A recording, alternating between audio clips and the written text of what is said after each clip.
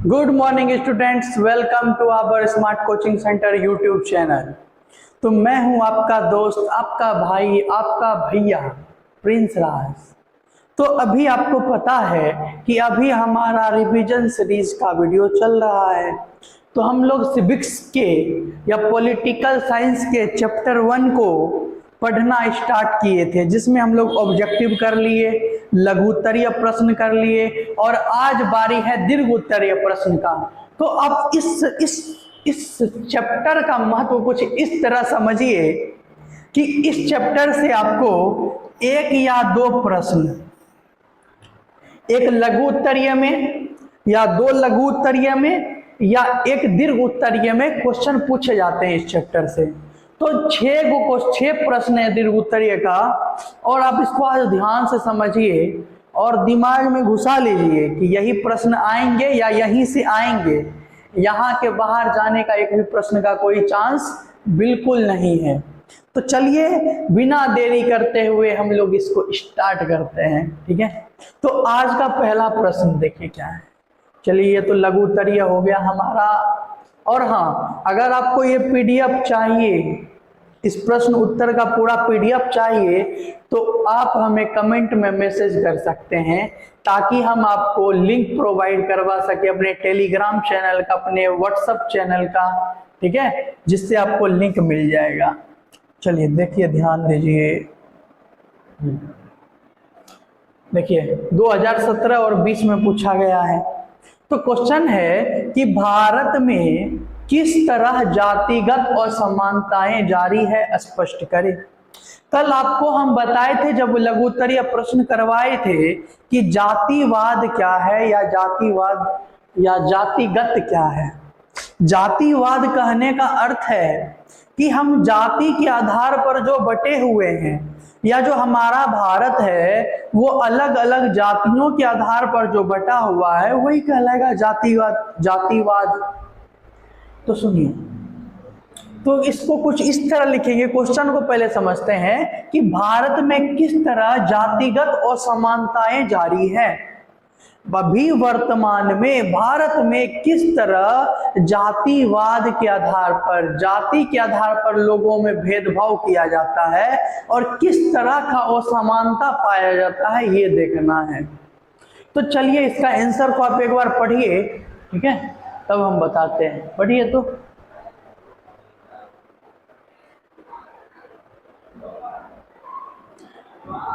चलिए ध्यान देते हैं कि हमारा इसका आंसर कुछ इस तरह से लिखेंगे कि भारत में पेशा पर आधारित जाति व्यवस्था है। भारत में किस आधार पर जाति व्यवस्था है? तो भारत में पेशा पर आधारित जाति व्यवस्था है। आप जो काम कर रहे हैं, आपका जो काम है, उस आधार पर जाति व्यवस्था है। अगर बात करें प्राचीन भारत का, तो प्राचीन समय में कर्म के आधार पर जातिवाद या वर्ण व्यवस्था था। फिर वो कर्म के आधार पर से जन्म के आधार पर हो गया, फिर जन्म के आधार पर से अभी काम के आधार पर जातिवाद है, और कहीं कहीं जन्म के आधार पर भी है। जो अब क्या ही बोले इसके विषय में, छोड़िए। तो भारत में पेशा पर आधारित जाति व्यवस्था है। सभी जाति का अलग अलग पेशा होता है और सभी जाति का क्या है, अलग अलग काम है, अलग अलग पेशा है। सभी जाति का अलग पहचान होता है और सभी जाति का अलग पहचान होता है। जैसे यादव, तो यादव के नाम में यदुवंश जो वंश है, तो यदुवंश के लास्ट में क्या लगता है, टाइटल यादव। कोई बनिया है तो उसके टाइटल में लगता है गुप्ता, चौधरी, ये सब लगता है, ठीक है। तो ये सब क्या है कि सभी जाति का अलग अलग पहचान भी होता है। भारत में छुआछूत की भावना अभी भी जारी है, और ऐसे बहुत से इलाके हैं भारत में जहां अभी भी छुआछूत का भावना है। छुआछूत कहने का मतलब सर कि कोई उच्च वर्ण का व्यक्ति है, उसके सामने निम्न वर्ण का व्यक्ति बैठ नहीं सकता है, उसके साथ खाना नहीं खा सकता है, उसका घर नहीं जा सकता है। तो पहले ये छुआछूत की भावना और अधिक थी। पहले एक समुदाय होता था जिसको हम लोग चांडाल कहते थे। समझिए, उसके साथ इतना भेदभाव होता था, वो उसको गांव में रहने भी नहीं दिया जाता था, उसको गांव के बाहर रखा जाता था।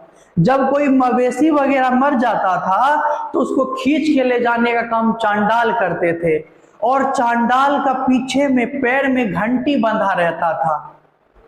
लोग समझते थे कि अगर चांडाल पे मेरा नजर भी पड़ जाएगा तो हम अपवित्र हो जाएंगे। इस तरह का छुआछूत व्यवस्था था। उसके पैर में झाड़ू की तरह कोई पत्ता लगा हुआ होता था, ताकि जो वो जिस रास्ते से चले वो रास्ते का धूल साफ होता चले। सोचिए किस लेवल का छुआछूत व्यवस्था होगा उस टाइम पे। अभी भारत में अधिकांश लोग अपने बेटे बेटी का शादी अपने ही जाति में करवाते हैं, और अभी के समय में जो अधिकांश लोग हैं या कोई भी समाज है वो चाहता है कि हम अगर किसी का शादी हो तो सेम कास्ट में हो जाए, सेम जाति में हो जाए। अधिकांश लोग जाति के अनुसार ही चुनाव में वोट देते हैं, और शादी का तो छोड़िए, हम लोग क्या करते हैं, अपने जाति वाले को ही वोट देते हैं, चाहे वो व्यक्ति अच्छा काम करे या ना करे, मगर हमारा वोट पाके वो जाके एकदम मस्त सत्ता में बैठा रहता है और हमारे लिए कोई काम नहीं करता। क्योंकि हम क्या रखे हैं दिमाग में, हम दिमाग में जातिवाद को बैठा के रखे हैं, इसीलिए वो हमारा दुरुपयोग कर रहा है और हमारे अपने वोट का भी दुरुपयोग कर रहे हैं। हम इसीलिए कभी भी जाति के आधार पर वोट नहीं देना चाहिए, वोट देना चाहिए उसके काम के आधार पर। ठीक है, और क्या लिख सकते हैं, अतः हम कह सकते हैं कि भारत में अभी भी जातिगत असमानताएं जारी है। और ये सभी पॉइंट, जितना पॉइंट बताए, ये सभी पॉइंट कहता है, चीख चीख कर कहता है कि सर अभी भी भारत में जातिगत असमानताएं जारी है, अभी भी भारत में जातिगत असमानताएं मिलता है। क्या क्या करते हैं हम, जाति के नाम पर वोट देते हैं, सेम जाति में शादी करवाते हैं, और क्या है कि जाति, सब जाति का अलग पहचान होता है। वाह, और उच्च नीच का भेदभाव अभी भी है, छुआछूत का भेदभाव अभी भी है, और यही सब चीज से स्पष्ट होता है कि भारत में अभी भी जातिगत असमानताएं जारी है। ठीक है, उम्मीद करते हैं कि आपको ये प्रश्न समझ में आया होगा। तो चलिए आगे बढ़ते हैं और अपने दूसरे प्रश्न की ओर शिफ्ट करते हैं। देखिए आपका दूसरा प्रश्न है, ओहो रुकिए,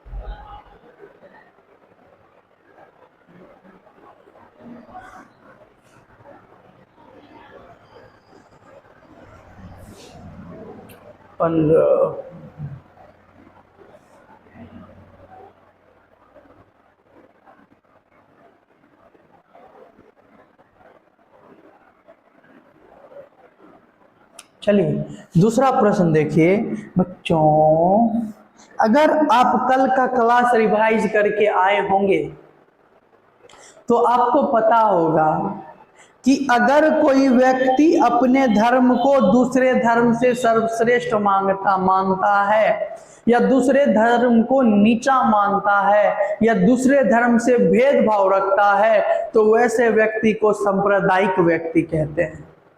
और जो सभी धर्म का बराबर सम्मान करे, सभी धर्म को बराबर माने, सभी धर्म को एकदम प्यार मोहब्बत से देखे, तो उसको धर्म निरपेक्ष कहते हैं।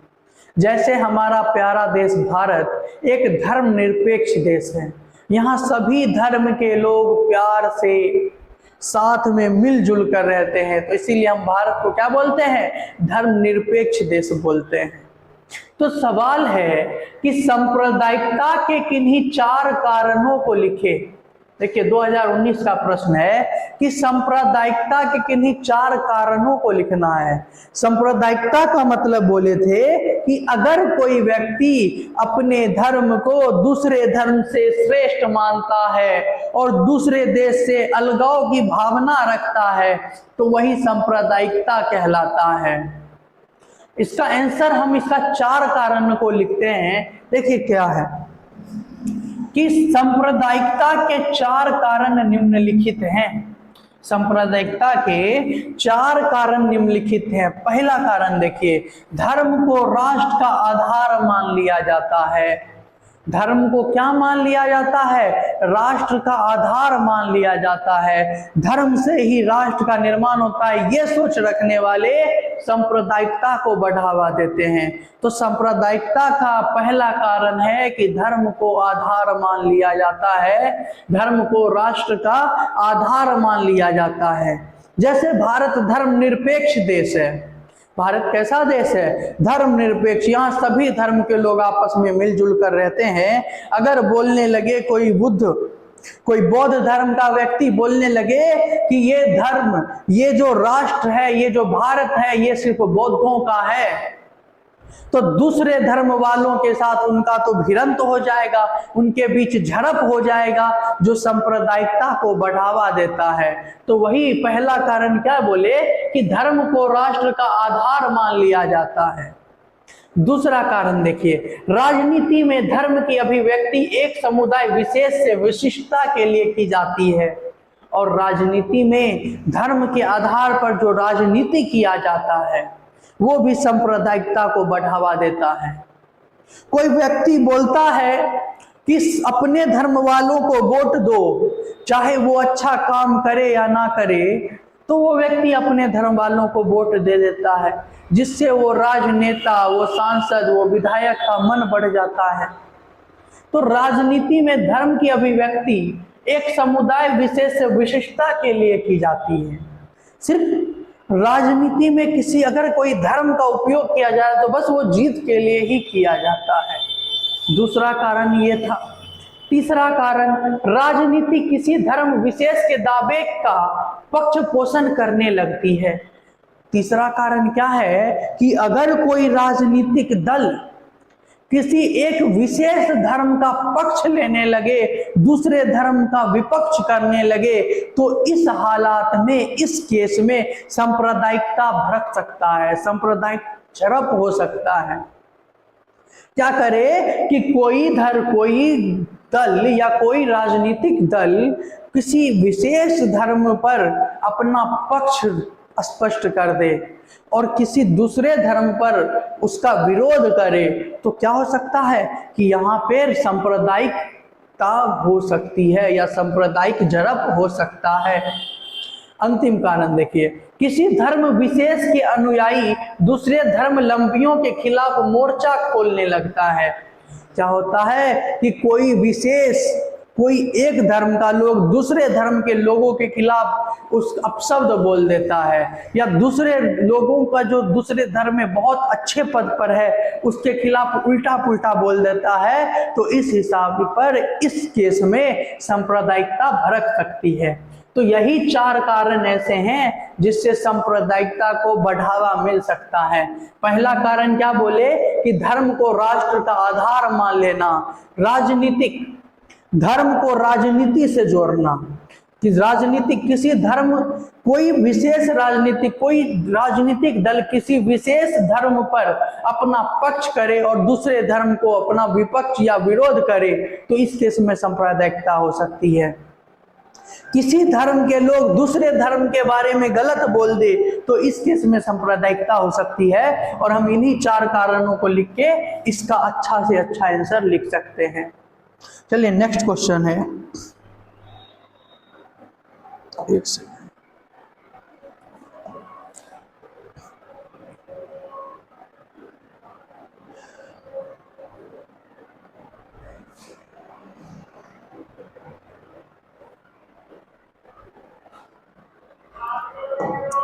तो वही क्वेश्चन है, देखिए अगर पूछे सांप्रदायिकता लोकतंत्र के लिए खतरा है, कैसे?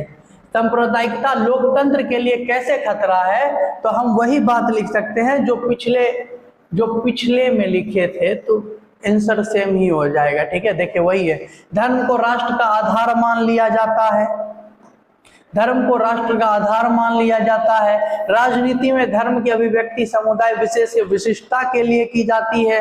राजनीति किसी धर्म विशेष के दावे का पक्ष पोषण करने लगती है। चौथा कारण, किसी धर्म विशेष के अनुयायी दूसरे धर्मावलंबियों के खिलाफ मोर्चा खोलते हैं, जिस कारण से लोकतंत्र खतरे में आ जाता है। ये सब लिख के हम बता सकते हैं कि लोकतंत्र सांप्रदायिकता से किस तरह खतरे में आता है। क्वेश्चन नंबर 4 देखिए। ओहो, क्या हो गया ये? देखिए क्वेश्चन नंबर 4, इसमें महिलाओं के बारे में पूछा गया कि जीवन के विभिन्न पहलुओं का जिक्र करे जिसमें भारत में स्त्रियों के साथ भेदभाव या कमजोर स्थिति में है। जीवन के विभिन्न पहलुओं, ऐसे पहलुओं का इसमें विश्लेषण करना है, इसमें बताना है कि जिसके साथ स्त्रियों के साथ भेदभाव हुआ हो और उस स्थिति में स्त्री कमजोर पड़ गई हो। तो बहुत आसान सवाल है ये, और इसको हम अपने आसपास के समाज से भी समझ सकते हैं। देखिए क्या लिखेंगे, महिलाओं के साथ भेदभाव के उदाहरण। महिलाओं के साथ बहुत रूप में भेदभाव हुआ है, बहुत स्तर पर भेदभाव हुआ है। तो पहला जो उदाहरण क्या है, महिलाओं से घर के अंदर का काम करवाना। पहला तो यही है, आपकी मम्मी घर का काम करती होगी, आपकी बहन घर का काम करती होगी, तो महिलाओं के घर के अंदर का काम करवाना, पहला तो यही है। पुरुष बाहर काम करते हैं और महिलाएं घर में काम करती है। सबसे बड़ा यही है, क्या रीजन है कि मतलब दोनों में अंतर है महिला और पुरुष में। दूसरा क्या है, महिलाओं की साक्षरता दर कम होना। पुरुष के मुकाबले महिलाओं को कम पढ़ने का मौका मिलता है, जिसके कारण महिलाओं की साक्षरता दर क्या है, कम है। नेक्स्ट देखिए, महिलाओं को पुरुष की तुलना में कम वेतन देना। अगर कहीं महिलाएं भी काम करती है, कोई उद्योग में, कोई ऑफिस में या कहीं भी महिलाएं काम करती है, तो उसको पुरुष के मुकाबले कम वेतन दिया जाता है। ये भी भेदभाव का एक स्वरूप है। लड़की को जन्म देने से पहले हत्या कर देना, गर्भ हत्या। अभी तो फिलहाल के लिए तो वो गैर कानूनी है, फिर भी कहीं कहीं ये चीज प्रैक्टिस किया जाता है गर्भ हत्या का। क्या होता है कि जन्म लेने से पहले ही कुछ केस में पता चल जाता है कि ये जो बच्चा है वो लड़की है या लड़का है, तो उसको जन्म होने से पहले ही उसको क्या कर दिया जाता है, मार दिया जाता है। लिंगानुपात का कम होना, लिंगानुपात का कम होना। अभी भारत का लिंगानुपात कितना है, 943, मतलब 1000 पुरुष पर 943 महिलाएं हैं। सोचिए, 1000 पुरुष पर 943 महिलाएं हैं। ठीक है, राजनीति में महिलाओं की कम भागीदारी, और राजनीति में महिलाओं की भागीदारी क्या है, कम है। जैसे बताए थे कि 2024 के लोकसभा चुनाव में महिलाओं की संख्या 74 है और प्रतिशत की बात करें तो 13.6 है, और 2024 में 18वीं लोकसभा का चुनाव हुआ। तो राजनीति में भी महिलाओं की जनसंख्या क्या है, कम है। तो ये सभी कारण से हम ये बता सकते हैं कि महिलाओं इन सभी स्थिति में क्या है, कमजोर स्थिति में है। चलिए नेक्स्ट क्वेश्चन की ओर बढ़ते हैं। हमारा अगला सवाल है, लोकतांत्रिक व्यवस्थाएं किस प्रकार अनेक प्रकार के सामाजिक विभाजन को संभालती हैं। ये जो हमारा लोकतंत्र है, सामाजिक विभाजन पहले तो समझिए। सामाजिक विभाजन के बारे में आपको कल बताए थे कि समाज का विभिन्न प्रकार से विभाजन किया जाता है, जैसे लिंग के आधार पर, धर्म के आधार पर, जाति के आधार पर। ये सभी जो विभाजन होता है इसी को क्या बोलते हैं, सामाजिक विभाजन। तो पूछ रहा है सवाल कि लोकतांत्रिक जो व्यवस्थाएं हैं वो सामाजिक विभाजन को कैसे संभालती है या कैसे रोकती है।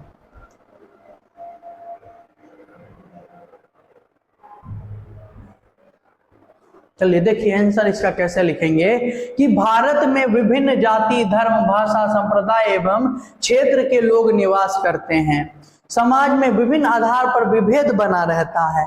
भारत में क्या एक ही जाति, एक ही धर्म के लोग रहते हैं, एक ही भाषा बोलने वाले रहते हैं, या एक ही लिंग के लोग रहते हैं? नहीं सर, भारत में अनेकों धर्म के लोग रहते हैं, अनेकों भाषाएं बोली जाती है, अनेकों जाति के लोग रहते हैं। और हमारे समाज में क्या है कि इसी आधार पर हम भेदभाव भी करते हैं, और हमारे समाज में क्या है, लोकतंत्र भी है। तो ये जो भेदभाव है इसको लोकतंत्र, ये जो भेदभाव है इसको लोकतंत्र कैसे संभालता है? तो हम क्या बोलेंगे कि समाज में विभिन्न आधार पर विभेद बना रहता है। विभिन्न आधार कहने का मतलब समाज में जाति के आधार पर भेदभाव है, धर्म के आधार पर भेदभाव है, भाषा के आधार पर भेदभाव है, संप्रदाय और क्षेत्र के आधार पर भी भेदभाव है। अगर कोई बिहार का मजदूर कहीं काम करने के लिए जाता है तो उसके साथ क्षेत्र के आधार पर भेदभाव किया जाता है। बिहार के मजदूरों के साथ क्षेत्र के आधार पर भेदभाव होता है। अगर कोई मजदूर कहीं बाहर काम कर रहा है तो उसको वहां मारा जाता है, पीटा जाता है। किस लिए? क्योंकि वो बिहार से है, क्योंकि वो बिहार से है, बिहार में काम नहीं है, इसीलिए मजदूर अपने घर का पोषण करने के लिए कहाँ जाते हैं? बिहार के बाहर जाते हैं। तो उनके साथ ये जो भावना किया जाता है, उनके भावनाओं को आहत पहुंचाया जाता है, उनके साथ जो दुर्व्यवहार किया जाता है, ये भावना उत्पन्न कहां से होती है? ये भावना सर यही क्षेत्रीय भावना है, यही क्षेत्रीय भावना है। वो समाज के विभिन्न वर्ग के लोगों को सत्ता में हिस्सेदारी दी जाती है। समाज में जो विभिन्न वर्ग का लोग होता है, अगर उनको सत्ता में हिस्सेदारी नहीं दिया जाता है तो वो भी तो विभाजन का ही एक रूप है। सत्ता में उचित साझेदारी इस विभेद को कम कर देती है और आपस में टकराव की संभावना भी कम हो जाती है। अगर समाज में सभी वर्गों को सत्ता में साझेदार बना दिया जाए, सभी वर्गों को सत्ता में समान अधिकार दिया जाए, तो इससे हम क्या कर सकते हैं? जो सामाजिक विभेद है, जिससे सामाजिक विभाजन उत्पन्न हो सकता है, उसको हम रोक सकते हैं। वो कैसे रुकेगा? तो यहां लिखा हुआ है किस उचित साझेदारी से इस विभेद को कम कर देती है। अगर हम सत्ता में सभी वर्गों को उचित साझेदार बना देंगे तो ये जो दोनों में टकराव होने का संभावना है उसको बहुत ही कम कर देता है। इसी उद्देश्य से भारत में अनुसूचित जातियां, अनुसूचित जनजातियां और अन्य पिछड़े वर्गों के लिए आरक्षण की व्यवस्था की गई है। और ये जो समाज में सबको समान अधिकार देना है, सबको समान सत्ता में साझेदार बनाना है, सबको भागीदारी दिलवाना है, इसी उद्देश्य के लिए अभी हमारे समाज में रिजर्वेशन सिस्टम शुरू किया गया है। क्या शुरू किया गया प्यारे बच्चों? Reservation system. क्या सिस्टम? रिजर्वेशन सिस्टम शुरू किया गया है। महिलाओं के लिए अलग रिजर्वेशन, सभी जो छोटे जाति के लोग हैं उसके लिए अलग रिजर्वेशन। तो रिजर्वेशन में अनुसूचित जातियां बनाई गई है, अनुसूचित जनजातियां बनाई गई है और अन्य पिछड़े वर्गों के लिए आरक्षण की व्यवस्था की गई है। आरक्षण कहने का मतलब प्यारे बच्चों, आरक्षण का मतलब ही होता है रिजर्वेशन की व्यवस्था की गई है। जिससे अगर ये रिजर्वेशन है, इसीलिए हम देखते हैं कि समाज में या हमारे लोकतांत्रिक व्यवस्था में सभी बराबर रूप से साझेदार बनते हैं।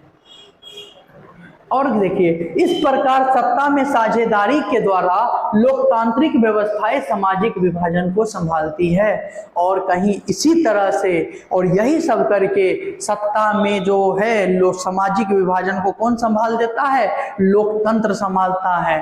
कैसे? कि वो रिजर्वेशन उपलब्ध करवाता है ताकि लोगों के बीच टकराव ना हो, लोग को बराबर सत्ता में हिस्सेदारी मिलता रहे। ठीक है, तो चलिए उम्मीद करते हैं कि आपको ये प्रश्न समझ में आया होगा। और यहां तक हम लोग 5 प्रश्न कर चुके हैं और आज का लास्ट सवाल है। देखिए लास्ट सवाल है आज का। सामाजिक अंतर, देखिए ओहो लग रहा है ना इसका नहीं होगा क्या? चलिए देखिए, छोड़िए, नहीं होगा नहीं। सामाजिक अंतर कब और कैसे सामाजिक विभाजन का रूप ले लेते हैं? सवाल क्या है कि समाज में जो होने वाला अंतर है वो कब और किस टाइम पे कैसे एक सामाजिक विभाजन का रूप ले लेता है। देखिए इसका आंसर लिखेंगे। जब कोई सामाजिक अंतर अन्य अंतरों से ज्यादा महत्वपूर्ण बन जाता है और लोगों को यह महसूस होने लगता है कि वह दूसरे समुदाय से अलग हैं, तो वह सामाजिक विभाजन का रूप ले लेते हैं। जब समाज में कोई अंतर उत्पन्न हो जाता है, जब क्या हो, जब समाज में अंतर उत्पन्न हो जाए और वो दूसरे अंतरों से, जो पहले उसके अंतर हो चुका है, वो दूसरे अंतरों से ज्यादा महत्वपूर्ण बन जाता है और लोगों को यह महसूस होने लगता है कि वह दूसरे समुदाय से अलग है, तो इसी को हम क्या बोलते हैं? यही सामाजिक विभाजन का रूप ले लेता है। देखिए समाज में जो अंतर उत्पन्न होता है, अगर हम उसको ज्यादा सीरियसली लेते हैं तो वही जाके क्या बन जाता है? सामाजिक विभाजन का रूप ले लेता है। मानिए दो पक्ष में लड़ाई हुआ, दो पक्ष में लड़ाई हुआ, एक पक्ष है कोई कास्ट है, एक दूसरा कास्ट है, उच्च कास्ट नीचा कास्ट है, ठीक है, ये दोनों में भिड़ंत हुआ। अब तो ये दो व्यक्ति लड़ रहे हैं, अगर इसी में कोई महत्वपूर्ण बात हो जाए कि क्या हो जाए कि लोगों को अपने धर्म, अपने जाति के प्रति उकसाया जाए, तो इस जाति के लोग, इस जाति के लोग आपस में भिड़ जाएंगे, तो ये समाज में जो अंतर था वो क्या बन जाएगा? सामाजिक विभाजन बन जाएगा। पहले एक एक लोग लड़ रहे थे, अब पूरा समाज लड़ रहा है, तो यही क्या बन जाएगा? सामाजिक विभाजन का रूप ले लेगा। सवर्ण एवं दलितों का अंतर सामाजिक विभाजन है। सवर्ण जो उच्च जाति के लोग होते हैं उसको सवर्ण बोलते हैं, सवर्ण और दलित जो निम्न जाति के होते हैं उनको दलित बोलते हैं। सवर्ण एवं दलितों का अंतर एक सामाजिक विभाजन है। उच्च वर्ग और निम्न वर्ग के बीच में जो अंतर है वही क्या कहलाता है प्यारे बच्चों? वही सामाजिक विभाजन है, क्योंकि दलित आमतौर पर गरीब, वंचित एवं बेघर हैं और भेदभाव का शिकार हैं। जो दलित होते हैं वो आमतौर पर गरीब होते हैं, बेघर होते हैं और वो उनके साथ भी किसी ना किसी रूप में कभी ना कभी भेदभाव किया जाता है।